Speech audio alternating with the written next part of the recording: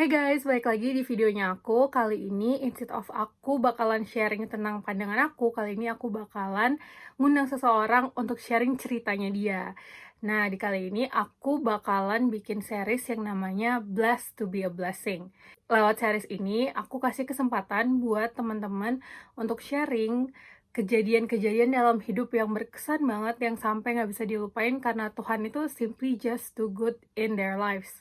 Aku percaya mau sesulit apapun kehidupan kalian saat ini, tetap ada aja pasti hal-hal yang bisa kita syukurin. Cuman kita suka lupa nih, kalau kita juga punya tugas, purpose yang Tuhan udah kasih, yaitu untuk sharing kebaikan-kebaikannya Tuhan.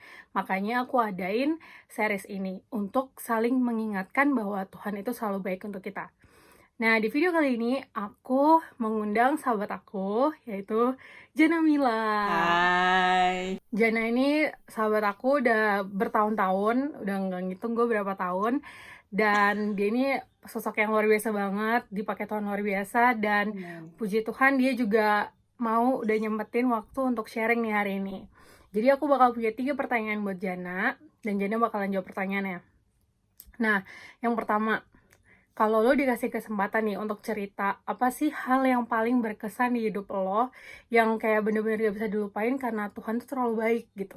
Jadi aku mau share sedikit kisah tentang background keluargaku ya. Eh, aku keturunan Chinese, keluarga Chinese. Lalu biasanya tuh kalau di Batam Chinese itu mostly pasti agamanya Buddhis. Nah, aku terlahir dari keluarga Buddhis dan kita Buddhis yang cukup tulen teman-teman. Jadi biasanya kalau di Buddhis tuh ada Ceit sama Capgo, pasti kita akan ngadain sembayang ataupun hari-hari besar lainnya kita bakalan sembayang. Nah, sampai ada satu titik di tahun 2007, pertama kali yang di keluarga besar kita yang pindah ke Kristen, percaya Tuhan itu adalah om gue, adik dari mama.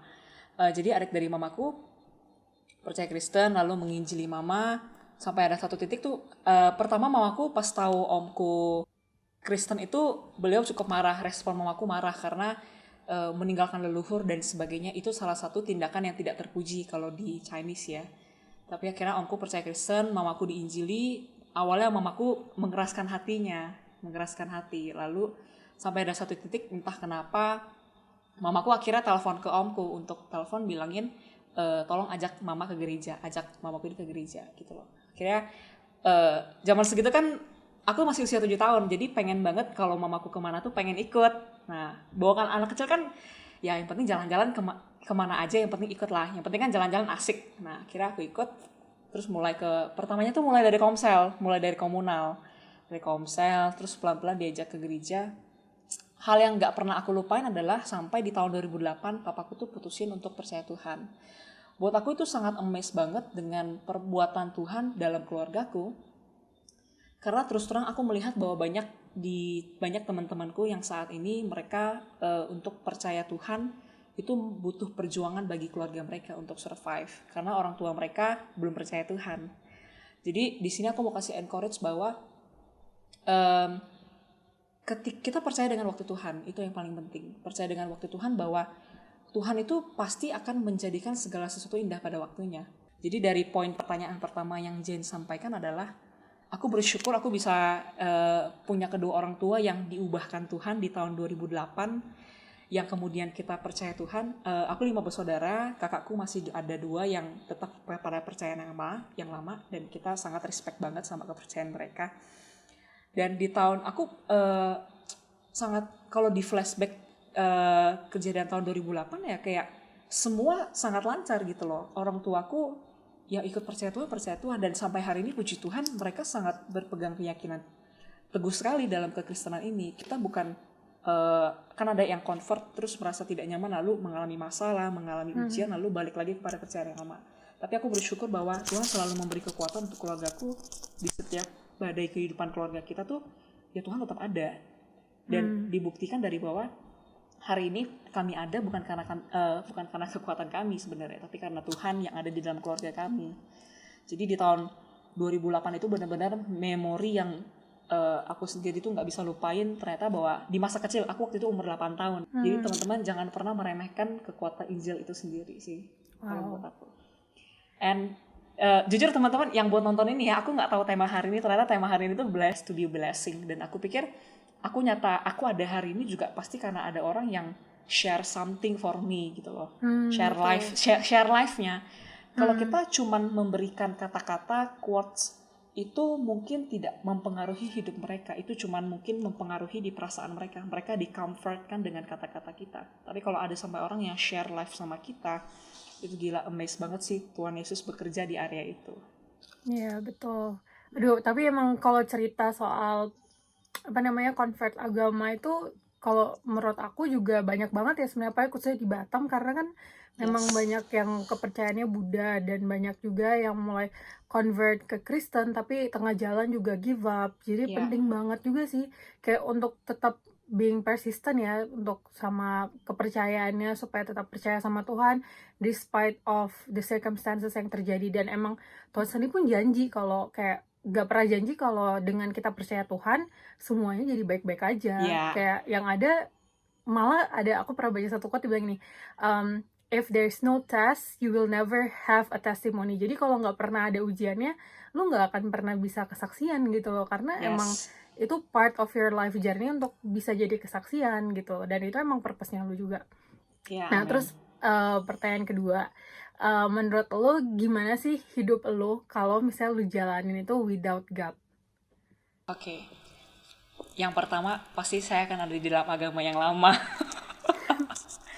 Buat teman-teman yang nonton ini, sorry yang mungkin yang non Christian, aku tidak mengatakan bahwa agama yang lain jelek dan sebagainya. Tapi aku di sini ingin bilang bahwa ketika aku percaya Tuhan, aku percaya ada keselamatan.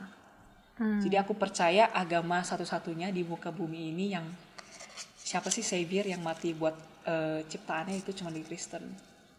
And salah satunya di sejarah, nggak ada di sejarah lain, sejarah agama lain nggak ada yang dimana Tuhannya mati untuk umat yang berdosa, yang seharusnya mati. Dan yang kedua, kita ini manusia keturunan Adam, dan kita punya yang namanya natur dosa. Jadi kita butuh yang namanya Savior, kita butuh yang namanya Juru Selamat untuk menyelamatkan kita dari maut dosa. Contohnya gini, contohnya kita ada produk Apple ya. Kalau Apple itu rusak, kita pasti harus bawa ke Apple Factory ataupun ke service centernya untuk memperbaiki. Nah, cara kita ini, manusia yang rusak ini, ya kita harus kembali kepada pencipta kita. There's no other way gitu loh. Jadi kita butuh Tuhan untuk itu. Dan gue bayangin kalau hidup gue gak ada Tuhan, mungkin hari ini entah kemana-mana Jen, gue bisa aja jadi orang yang jahat sekalipun mungkin. Karena gak ada manusia yang bisa hidup tanpa Tuhan. Aku juga nggak kebayang sih hidup aku kalau nggak ada Tuhan kayak gimana. Mungkin ya mungkin kalaupun, maksudnya kalau I'm not a believers gitu, kalau misalnya aku bukan orang yang percaya sama Tuhan, ya mungkin aku juga bisa menjalani hidup yang baik-baik aja. Tapi mungkin at the times when things seem so hard, kayak mungkin segala sesuatu yang terjadi itu terlalu berat, nah itu mungkin aku nggak tahu mau cari ke siapa, karena kan emang manusia, kita nggak bisa rely ke manusia ya, harus ada kita rely ke Tuhan gitu. Dan kalau nggak ada Tuhan, mungkin aku nggak tahu gitu gimana hidup aku di saat aku lagi terjatuh gitu. Tapi soal aku hidup bagaimana, ya mungkin aku bisa hidup baik-baik aja, jadi orang yang baik. Tapi ya mungkin aku akan berasa banget di saat aku lagi jatuh, nah di situ aku bakalan sendirian. Tuh gak kebayang sih gimana. Orang-orang akan meninggalkan kita, tapi Tuhan gak mungkin ninggalin kita. Iya, betul. Dan emang kayak gak bisa deny sih kalau emang kita manusia juga gak ada yang sempurna. Dan even di saat, contoh ya, di saat aku susah gitu, kadang juga orang tua aku mungkin juga gak benar-benar bisa tahu dan mengerti posisinya aku walaupun mereka ada gitu. Jadi memang yang benar-benar bisa understand kita inside out gitu, luar dalam tuh emang benar-benar cuma Tuhan. Bahkan Tuhan. nih cerita dikit nih, kemarin tuh aku tuh emang pengen banget satu sepatu. Ini simple banget sih, tapi ini aku pengen satu sepatu. Aku tuh nggak bener-bener yang sampai dibawa ke dalam doa atau apa tuh nggak. Aku cuman kayak, aku emang dalam hati pengen banget ini sepatu buat graduation aku. Somehow cuman iseng-iseng doang ikut live story si yang bikin sepatu ini, terus dia lagi bagi-bagi fast pass gitu, jadi kayak kita nggak usah capek-capek ngantri, capek-capek rebutan sepatu gitu, kayak kita dikasih jalur cepat gitu istilahnya. Jadi kayak somehow aku dapet gitu, dan aku nggak pernah ikutan beginian, dan aku tahu emang sepatunya susah didapetin, tapi bener-bener dapet gitu. Waktu aku dapet pengumumannya terus aku kayak terharu banget, karena kayak even I didn't pray for it, it's just like my heart longs for it, kayak hati aku tuh pengen banget, tapi aku nggak pernah bener-bener kayak nggak bener-bener harus dapat, ngerti gak sih? Tapi kayak hati aku pengen aja gitu.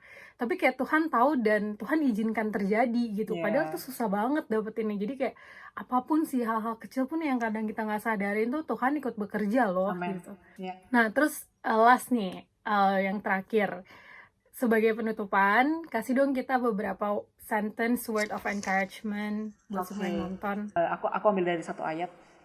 Ayatnya di 1 Timotius 4 ayat 12, bunyinya gini, janganlah seorang pun menganggap engkau rendah karena engkau muda. Jadilah teladan bagi orang-orang percaya dalam perkataanmu, dalam tingkah lakumu, dalam kasihmu, dalam kesetiaanmu, dan dalam kesucianmu.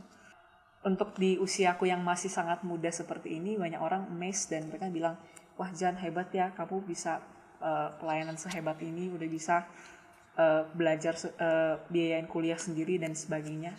Banyak orang puji, tapi buat aku ya, kita terkadang amazed dengan seseorang karena position, karena kekayaan, karena apapun yang dia punya material, secara materi. Nah, tapi di ayat ini aku mau encourage teman-teman bahwa ketika kita muda, ketika kita muda nggak berarti kita bisa kalah dari orang lain. Kalah dalam artinya bukan masalah material, tapi kita bisa menang dalam kasih. Kita muda itu tidak, That's so good. ya kita karena gini, muda itu bukan berarti kita nggak bisa melakukan banyak hal. Kita bisa melakukan banyak hal, terutama dalam hal kasih. Kita boleh kalah deh, kita boleh kalah dalam hal kaya, kita boleh kalah dalam hal modis, kita boleh kalah dalam hal pendidikan contohnya, kita boleh kalah hal dalam keluarga yang bahagia dan sebagainya. Tapi dalam satu ini jangan kalah, yaitu dalam kasih. Jadi aku mau encourage teman-teman yang Bagus banget. buat nonton video ini, percayalah kalau kita semua adalah orang diberkati. Even hari ini posisimu adalah keluarga yang broken home, mungkin orang tua kamu tidak akur atau kamu nggak punya pekerjaan saat ini, tapi percayalah Tuhan itu selalu menganggap kita dan kita itu berharga di mata Tuhan. Wow, Jadi for bagus banget. every Betul. situation yang terjadi sama kita, even di titik terendah kita tuh Tuhan tetap ada. Dan di titik terendah kita juga adalah salah satu bukti kita adalah orang yang diberkati Tuhan. Kenapa? Ada satu ayat yang dibilang kalau kita jatuh kita nggak bakal sampai tergeletak. Nah itu artinya benar-benar ya He is real in our life gitu loh. Tuhan benar-benar nyata di dalam hidup kita. Please read your Bible karena di dalam Alkitab sangat banyak tersimpan kekuatan-kekuatan di situ. Nih, tambahan dikit dari aku keinget sama cerita ini, dimana ada satu orang yang kerasukan roh jahat di Markus 5 ayat 1-20. Nah, jadi di ayat 18 itu ada dibilang kalau orang yang kerasukan setan ini, dia mau minta izin sama Tuhan kalau dia mau ikut Tuhan kemana Tuhan pergi setelah waktu dia udah dibebasin dari roh jahat. Nah, tapi di ayat 19 Tuhan malah bilang gini, go home to your own people and tell them how much the Lord has done for you and how He has had mercy on you. Jadi kayak Tuhan bukannya suruh dia, ayo ikut sama aku aja gitu, aku kasih izin kamu. Tapi Tuhan malah bilang, kamu pulang ke rumah kamu kasih tau, bahkan sekampung kamu dalam terjemahan Indonesia ya. Terus dibilang, kasih tahu mereka tentang perbuatan yang udah Tuhan lakuin atas dia gitu. Jadi kayak aku coba renungin kan ayat ini kayak, kenapa ya Tuhan waktu itu suruh setelah melakukan sesuatu yang besar di dia, instead of dia udah pengen nih willing banget untuk ikut Tuhan kemana Tuhan pergi, tapi Tuhan malah suruh dia pulang aja. Kamu ceritain ke orang-orang sebanyak-banyak, kan berarti sekampung tuh banyak ya gitu. Tapi kayak instead of ikut aku gitu, aku mikir kenapa gitu ya. Nah terus somehow dapat bahwa you might be the only Bible that a person read. Kayak kamu bisa jadi satu-satunya Alkitab yang seseorang pernah baca gitu, lewat kehidupan kita, lewat sikap kita, lewat kejadian-kejadian yang Tuhan izinkan terjadi dalam hidup kita, yang dilihat orang, yang kita saksikan kebaikan Tuhan itu ke orang-orang, itu bisa jadi emang your life is the only Bible gitu yang seseorang pernah baca gitu. Jadi menurut aku that's why Tuhan suruh dia pulang, karena mungkin orang-orang yang butuh untuk read that Bible through your life itu bisa jadi keluarga kamu, bisa jadi orang-orang di sekitar kamu. Jadi That's why God asked him untuk pulang gitu. Jadi aku percaya, nah itu juga quote aku hari ini ya buat video ini, yaitu you might be the only Bible that a person have ever read. Dan aku percaya ini nggak cuman pembelajaran ini nggak cuma buat aku, tapi untuk semuanya juga yang nonton video ini. Aku percaya nggak cuman aku dan Jana yang dikasih kesempatan untuk sharing kesaksian Yes. hidup yang kita punya tentang kebaikannya Tuhan, tapi kita semua seharusnya memang menceritakan tentang Tuhan, kebaikan Tuhan, karena semua yang Tuhan izinkan terjadi dalam hidup kita semuanya itu emang balik lagi untuk kemuliaan namanya Tuhan sendiri gitu. So that's it, video singkat banget, sharing dari Jana. Kita udah ngobrol-ngobrol banget, semoga semuanya yang kalian dapatkan hari ini bisa bermanfaat, bisa diaplikasikan dalam hidup kalian masing-masing juga, bisa jadi kekuatan. Siapa tahu ada yang lagi butuh jawaban atas keadaan yang kalian lagi alami. Dan thank you Jana untuk Thank you, Jen. kesempatan yang udah dikasih, untuk waktu yang udah disempatkan untuk ada di video ini. Juga thank you buat teman-teman yang udah pada nonton. Jangan lupa untuk like videonya, jangan lupa untuk komen juga di bawah untuk kasih feedback, kasih aku masukan topik apa yang perlu dibahas selanjutnya, atau mungkin kalian mau request aku ngobrol sama siapa. Dan juga jangan lupa untuk subscribe, untuk kasih some support, dan juga supaya nggak ketinggalan sama video-video berikutnya. See you di video berikutnya. Thank you!